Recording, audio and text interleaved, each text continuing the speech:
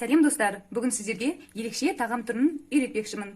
Оған керек заттар: ет, пияз, сәбіз, картоп, болгарский и осындай кесілген, кеспе сияқты кесілген.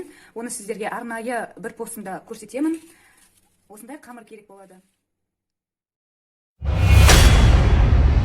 يا ليلي يا ليلى وش بس نسقيلك يما وقالوا لي ليلى صغير وفي قلبي غمة حبتي وطير الفوق يحبوا يقصوا لي جناحي قولي تقراني مخنوق منك طالب اسمعي هما كلها موحلة توك توك توك كلها تشوف الدنيا كحلة سحرة طحلة توك توك توك بس تشوف الدنيا أحلى كل حومة مفحلة توك توك توك تستنى في عسل النحلة صبورة كحلة حسنا طيار بالمنافعك بالرحلة ضايع بين الحيوت وما لقيتش بلاصة حومة بين بلاد الهود يما خلوني بالشيخة مسموت وحكموا ناس الراقة والكراسي بالهبوط نحب نشد الروت ونقلب المناظر نقلب وشي من هنا يما نحب نعيش الحياة بالموت وفاطمة ولد الشارع بالشيخات بلاد